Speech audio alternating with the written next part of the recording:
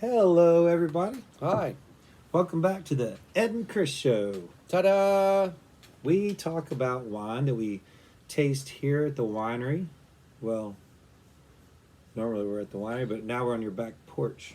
Well, we've got some construction happening upstairs, and there's bottling happening in the cellar. So everywhere we try to go in the winery, there's a lot of activity. So No peace. we stole away from all that activity to this peaceful, serene porch. Yeah, and so it's And we like the porch drink. It's 68 degrees in November. Why not take advantage of it? I mean, come on. Tomorrow's gonna be rainy and cold. Might as well, right? Right, and I've been under the weather. Pre-gaming, by the way. Nice job. I've been under the weather, and so it feels really good to be out here in the fresh air. Well, you're still Actually lost my voice Thursday, uh Friday, Saturday, the week before Thursday. and so that made it very challenging to do the tasting. You're on like your 12th day of no voice. I mean, you're horsey today, but you've had no voice for 2 weeks. It feels like 2 weeks, but we survived. We had great chef's tables over the weekend, and now we've got more great wines to taste for our virtual tasting here. That we'll be doing these live Thursday night at 6 p.m.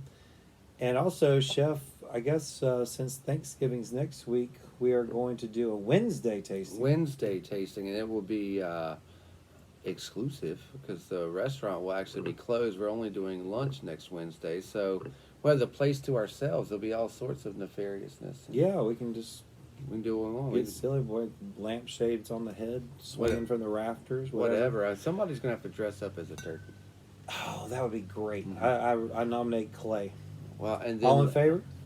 And right. Of course, then we have to slaughter him because we can't slaughter Clay. Well, we got to wait till Thursday. Yeah. But Isaac, so we always do this cute turkey things and then we kill them. Yeah, we do that, don't we?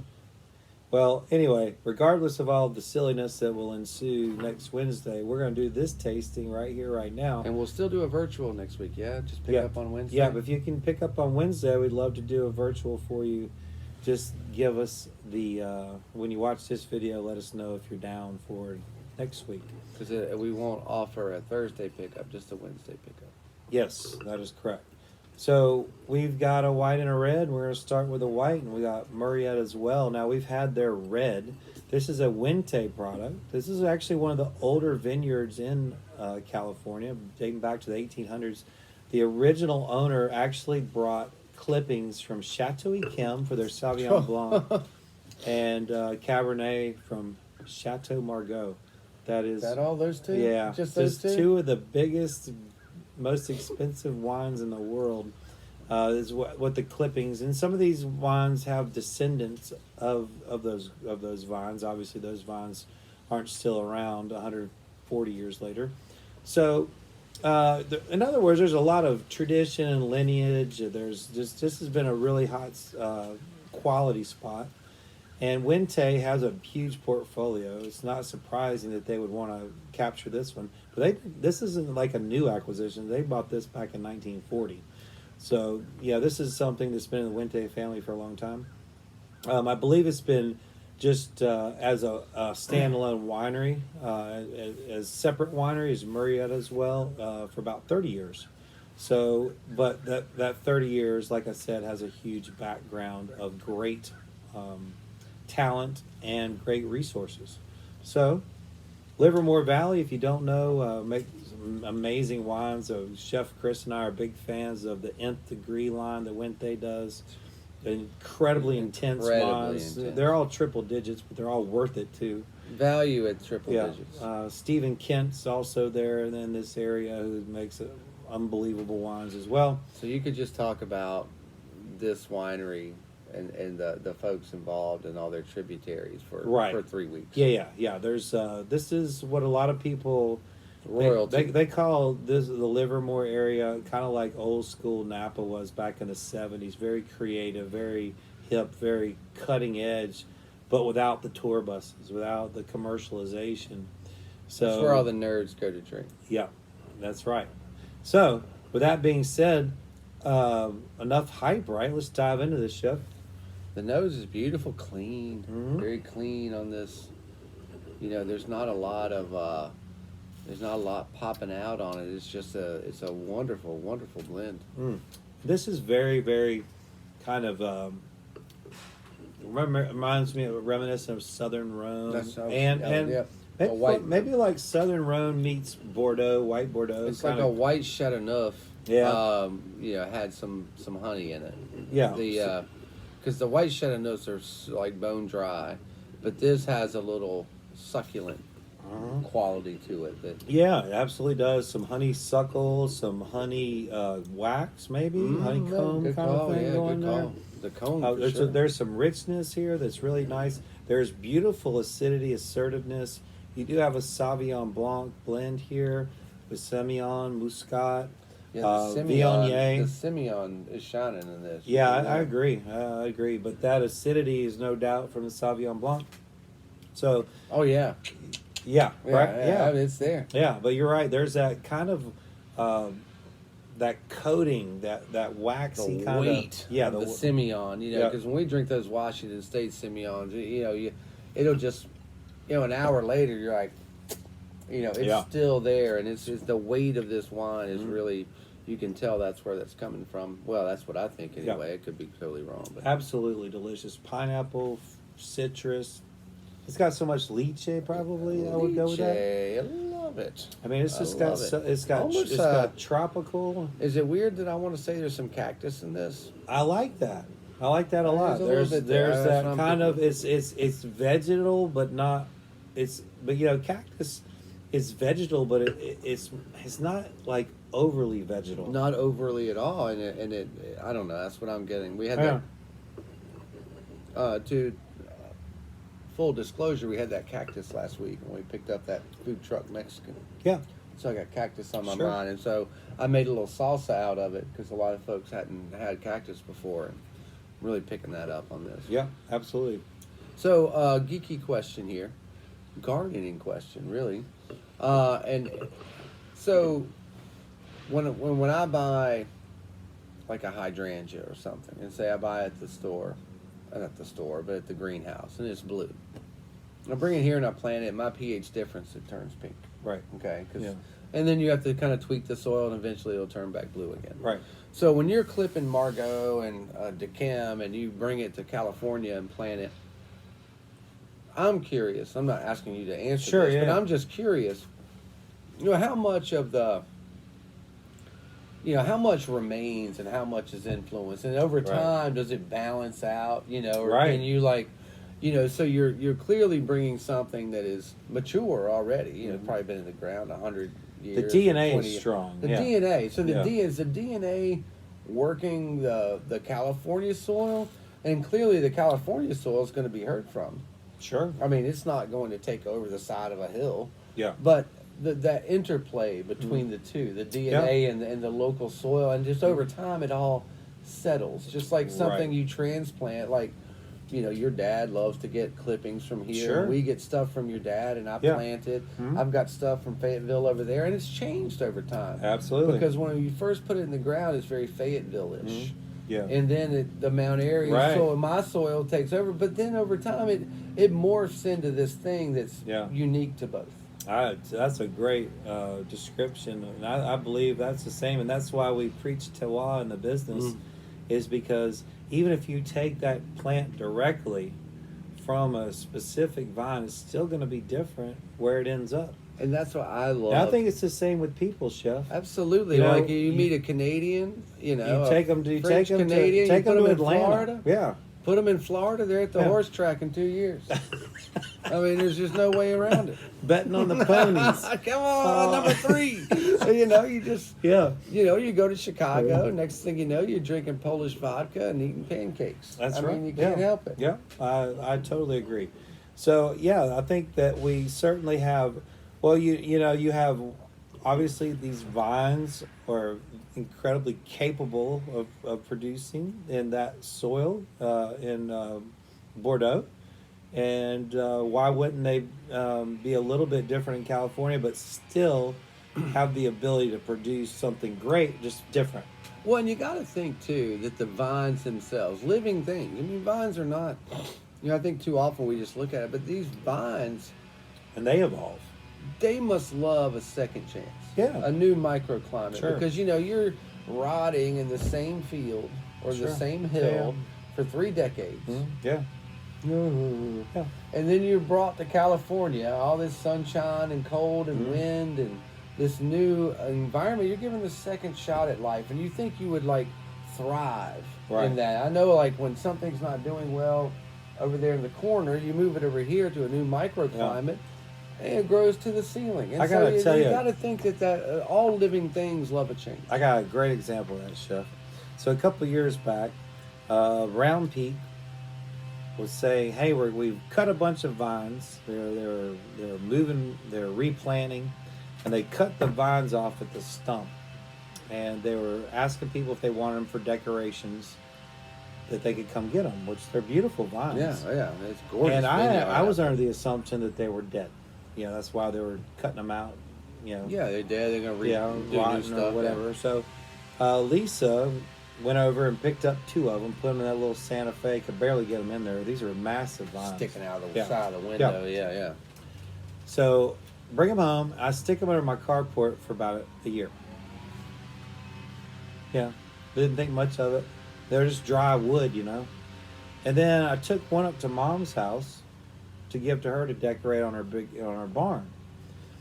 Well, she ended up putting it over on a fence beside the barn, and put it up like on a wood fence to make it look real pretty on the wood fence. It was about the same color as the fence, and it made the it vine just look made like it like it. Yeah, it's doing something. Okay, so she nailed it up onto the fence. Now keep in mind this was cut off at the trunk, Right. and it's a year old. It's sitting under my carport with no rain, no moisture.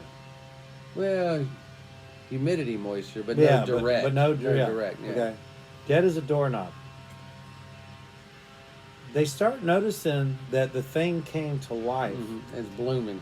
It rooted down because it was sitting on top of where she set it up. It was sitting on the soil. It came to life and has exploded and grew all over the fence, and as happy as can be in Chicago. Now I can assure you there's not a lot of wineries in Chicago.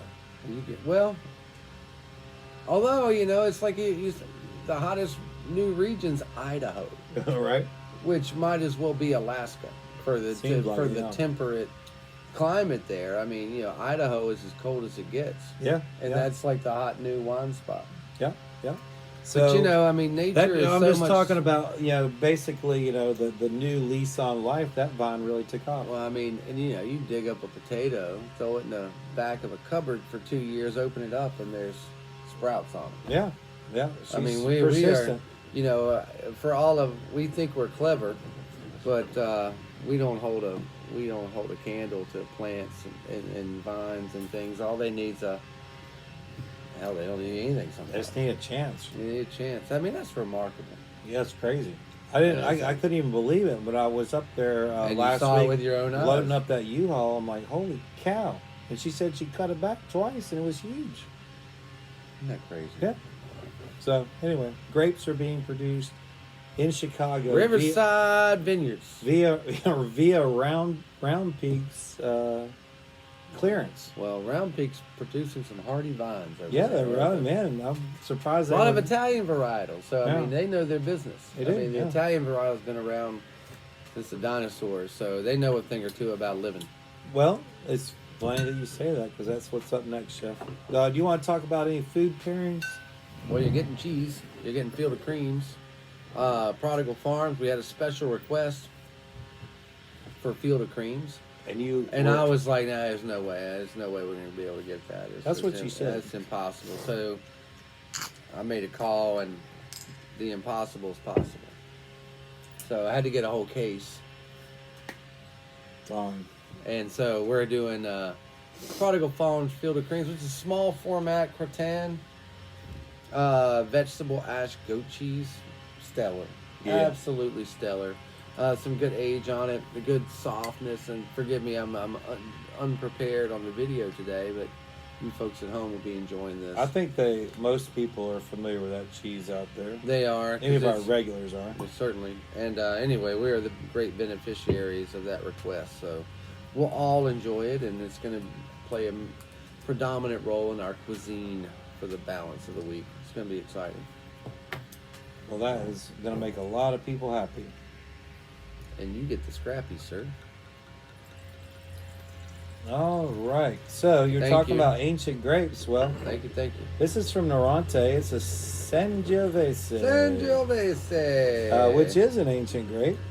We're talking about an area that has had vineyards for thousands of years.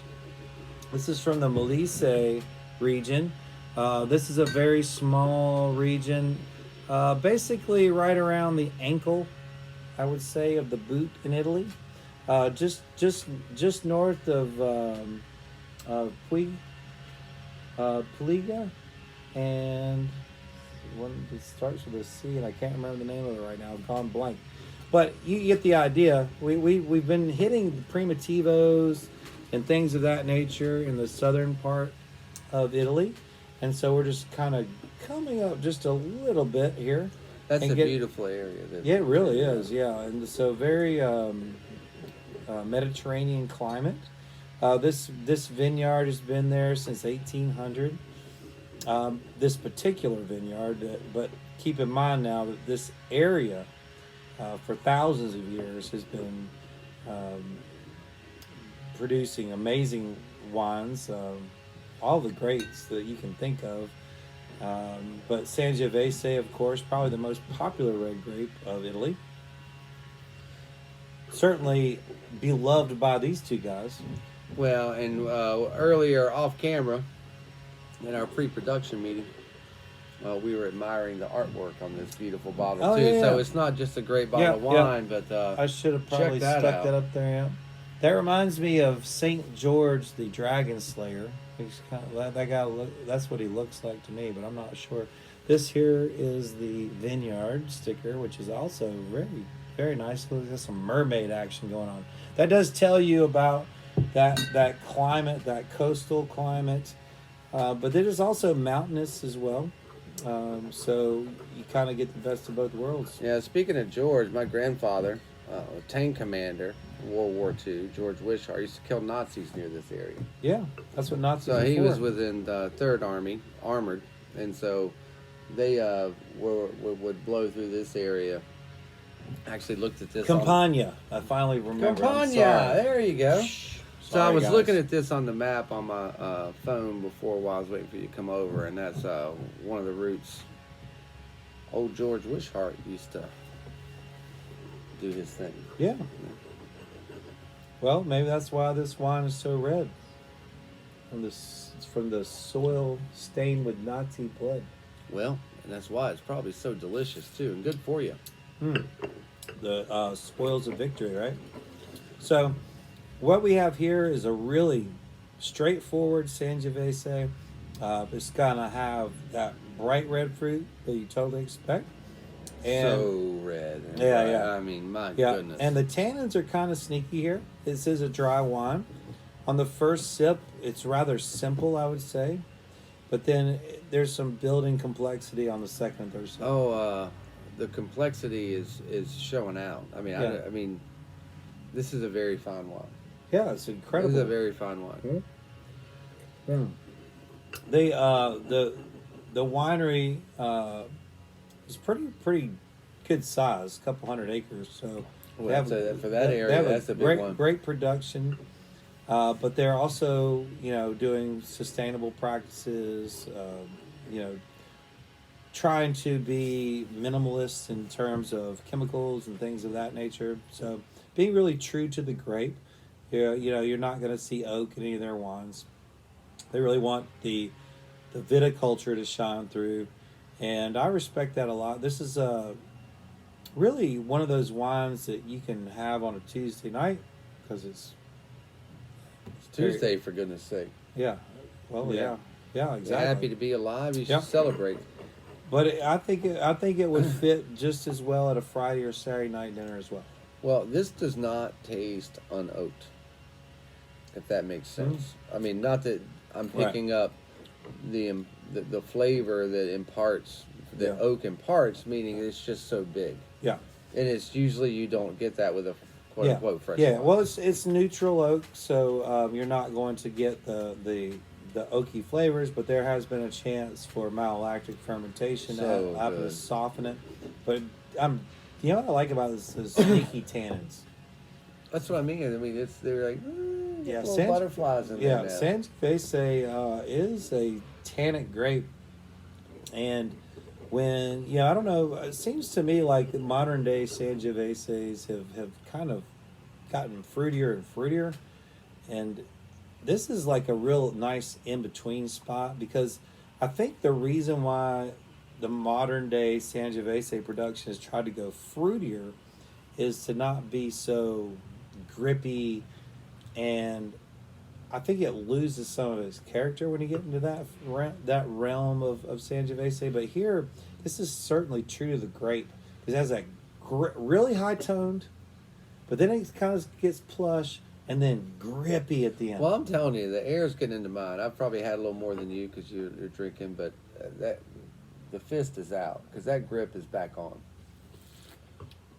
And to me, the brightness of the fruit is still there, but I'm delighted to have that grip back. And there's it's at the top too. It's at the top of your mouth. I mean, there's some nice toasty notes in there too.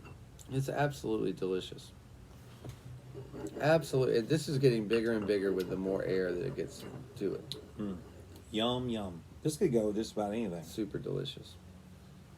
Well, you know what's funny though? You know what it's gonna go with? What? Is braised boneless short ribs. Really? How does that sound? Sounds like a winner. Well, you know why? Because that's what the Italians would do. Yeah. They love braising their meat. They love Yeah. their meats. And Yeah. so we had a group last night, and Chef Ed jumped on the line, and like Superman, and we put out this big party. Pumped it out. But I had to get a rather large case of that short rib in order to. I tell you, that was delicious. In order to get the price we wanted to get, and so I'm left with, another 25 pounds that I didn't even cook yesterday that I'm going to cook in the morning, and so we're going to use that with this, and it's going to be Awesome. amazing. Chef, I don't know if I told you when I was in Chicago last week. We were going out, so I landed. Mom and Joe picked me up, and we're going to go to get Chicago style pizza, which that's what we do. That's what you do. Well, we turned. There was a bunch of traffic and an accident on the interstate, so we just like, well, let's just pull off here. It was like a suburb that we don't normally go to.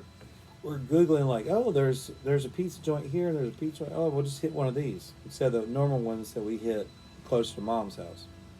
Well, the ones that we find are takeout only, and we're like, oh, bummer. We're not going to eat in the car. But we had passed a place that Joe, his friend Chris, lived in this other little borough, little suburb, and there was an Italian joint that he recognized that they had been to. No He's like, let's kidding. go back to that place. So we go back. This is a more formal white tablecloth place. And you were talking about braised beef. Well, they had this incredible menu. I mean, incredible. But they had this special that just piqued my interest, and it was a roulade of braised beef. And I mean, what could Kind be of like more? a fagioli. Yeah, what could Yeah. be more Italian? That is. And I mean, I'm telling you, there were so many great things on the menu. It's You know how like when you order you something get off buyer's menu, remorse. yeah, you do. Yeah, you're like, But I should have gotten this. I surely didn't. I did Yeah, not. you were like, I hit it. I hit it. Yeah, I was so happy, and so I'm What did it excited. have? about What was it with pasta? Was it with polenta? oh, Yeah, God, what's better than braised beef and polenta? it's magical. Been around for hundreds of years for a reason, I guess. Well, yeah. Well, you remember when I was up at Old Mill coming down doing the Bud Break Festival, and I did not that one. That was a whole nother Not the one. Coco Van. Yeah, that was a terrible story. We'll say that story for another time. But I did polenta and braised short ribs Yep, I for the remember wine that. with a couple ice carvings, and I remember that. that was a good time. It was I miss carving ice. We the used to carve ice. Oh yeah, That was fun. they pop up in my memories quite often. Yeah, on mine our too. Facebook I got stuff. one. I got one recently. You, when you got and I your were you in got the- your trio toboggan. Yeah, on? when we were out there in the alley carving Yeah, ice. and the alley of trio. I remember one of the art walks, Mm-hmm. which is funny. I got a big block of ice in, and for the art walk, one of the downtown things we're going to do, and I carved because the art walk, this one was in December, and I carved this beautiful Christmas tree. Yeah. And of course, it was busy, we were short-handed, and I carved it, I let it sit, and I was bringing it in, and I was getting it into the freezer, but it was like kind of in the middle of something, and like, I couldn't pull anybody to help me. I'm like, well, I got this. Yeah, yeah. And so, but what I had done is, instead of pulling it back in, I'd like pushed it in like this, and and one of the wheels caught, and it went forward and shattered into 1,000 pieces on the floor of the freezer after 6 hours. Yeah. 6 hours of work. Not to mention how much the ice cost. Oh. And all the gas for the chainsaw and all that and everything, and it was That's the thing about ice carving. 1,000 pieces on the floor of the freezer. Yeah, people didn't understand why we would charge, $300 for an ice carving. It's like, Well, the ice is 150. yeah, and then all the time, It and takes 6 hours. The- Tempering. and it's just such a delicate thing. Well, I'm sorry to hear that. That's Well, I mean, it just reminded me of that. Yeah. It was funny. That was the only one I ever lost. that's great. Which You is only good. lost one. Now That's I've great. broken some pieces, but have been Yeah, able yeah. to kind of carve Yeah. it back. But Yeah. but that was that was a mess. Good memories. Yeah, ice carving is fun. I mean, it really is a technical thing that most people just specialize in that. That's what they do. Well, yeah, and the It's vision hard. of It's it. hard to like dip in and out of ice carving. Well, that's what I did. That's why mine were so basic, where yours were always very intricate. And you were able to look at a block of ice and visualize it in 3 dimensions, which is not my thing. I would draw like, oh, look, here's an exclamation point. Hey, look, I carved a half circle. We did one for was it your opening or your 1-year anniversary? Both. We did No, it was 1 year. You did it.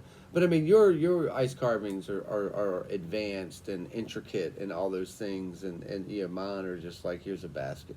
Well, of course, you taught me how to do it, so. Those But I baskets never are- yours are always, you were able to look at a block of ice and visualize all the things. I could never do that. One of my favorite ones was when we were at Cross Creek, and we did a sushi display. Mm. That little sailboat. Oh, my that little sailboat. with sushi on God, it. sailboat. That was fun. The best one I ever did, well, it was meaningful. When, when Rick Vaughn's mom passed away, I was actually at the beach. And, anyway, they were like, well, we're going to have this thing at the club. Of course, I wasn't at the club anymore. It was a trio. And I drove back from the beach early. And I did a big basket, and I ordered, a million flowers from Steve and filled it with fresh flowers and did all that. But, when you do something when it's personal, when you know what you're doing. I know you've made a lot of ones. I mean, you made one for Isabel, I think, for her birthday. Yeah. Once when we did her birthday party at Tree, I think you did an ice carving for that. But I do love that contrast of ice with flowers. Flowers. Because those things kind of oppose each other. Yeah, but that oasis kind of saves it. Oh, yeah, but right. So, I mean, the flowers are just, but in your mind, you think when there's ice, there's flowers die. Yeah.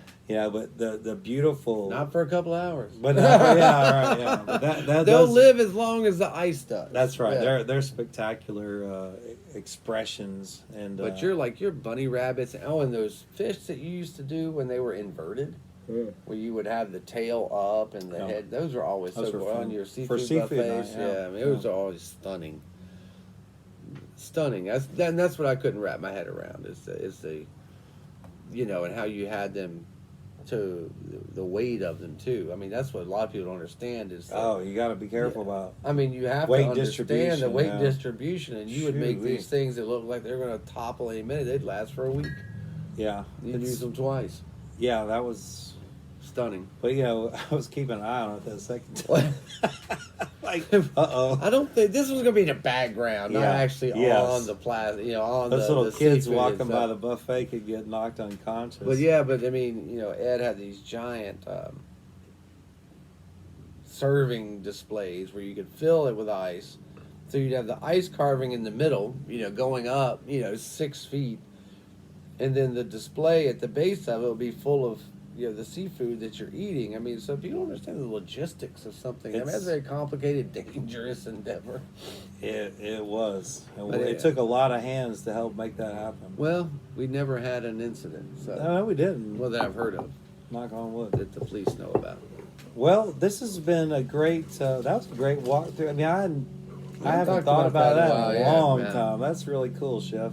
Well, Before you sign off, I'm gonna Okay. brag on you. Yep. This man, sick, no voice, half marathon, killed it. Yeah, I was really You're excited. outrunning the people who aren't sick, and we're really proud of you. Well, and I thank know you, you're thank proud you. of yourself. You worked hard for that. I was really happy to do that and then come in and work lunch and dinner shift. And then and we do did a chef's table. Yeah, a big one. yeah. Yeah. So It was really cool when I had people come in and go that ran in the race. yeah, and they'd And see they're you. like, "You're at work?" Yeah. Like we couldn't even imagine working. You're at the winery. Yeah. You telling me Wait, I'm at work? What are Yeah, you doing yeah. here? What am I gonna do? I mean, so it's a hobby, and I don't let my hobbies get in the way of work because that's Except for just drinking. that is my job. Oh yeah. Yeah. Never mind. Sommelier. So Title. yeah, well, I appreciate the and I want to say, Well, we're all real proud of hey, you. I how mean, that's about a big deal. shout out big to deal. Ellie Webb getting her first marathon. First in. marathon. Boss lady getting it done, and of I'll course, never run a marathon. Oh yeah, right. Now you got the medal. And then Mrs. Ballantyne, one of our regulars at the chef's table, decided last minute, I think, to run the half marathon. Well, I mean, clearly she's a runner, but She just runs the trained- same amount like all the time, and it's Yeah. just like, oh, okay, I'll do a half marathon, crush the field. She helped train someone to run a Yes. marathon, didn't go to the marathon, stayed here in town, ran the half marathon, and won it. Won it. Very impressive. Took home all the hardware. Not even Yeah. trying. Cheers that to low, you, Mrs. that B. low That was center impressive. of gravity. Yeah. Cheers. All that CrossFit.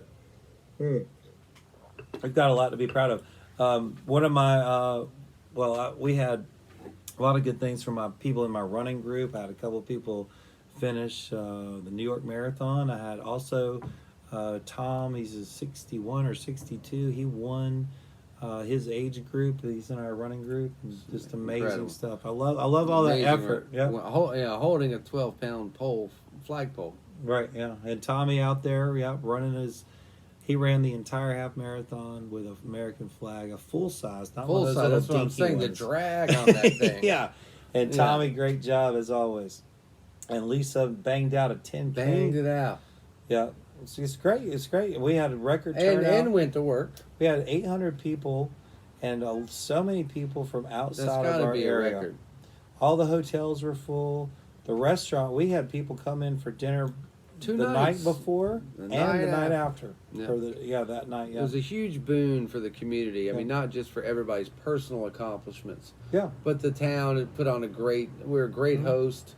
Yeah. The entirety of the town and the downtown is so well organized. Everything is so smooth. I mean, what a boon for our community to continue to grow and host races like that. That's right. Well, I guess our video is running long. Chef. Yeah, we're a little we, long- we, we're a had, little we had to get long-winded. those props in there because Well, it's been a great week. Well It's deserved. been a great week. And It hey, has. Thanksgiving's coming up. So remember, Wednesday, we're going to do a tasting virtually and in person. So either one you want to be at, you want to be with us or watch the video, let's get that together. Give us a call at the winery. We'll get all And set don't up. forget, you don't want to cook. Let me do it. Buy some turkeys, buy some sides. Give me a call. There's a lot of food to be done, and take some of the load off with Chef Chris. I've seen the orders flying in, by the way. Buy some wine from Ed. Drink it That's right. while I do the work for you. Yep. It'd be great. Thanks, everybody. See you care. soon.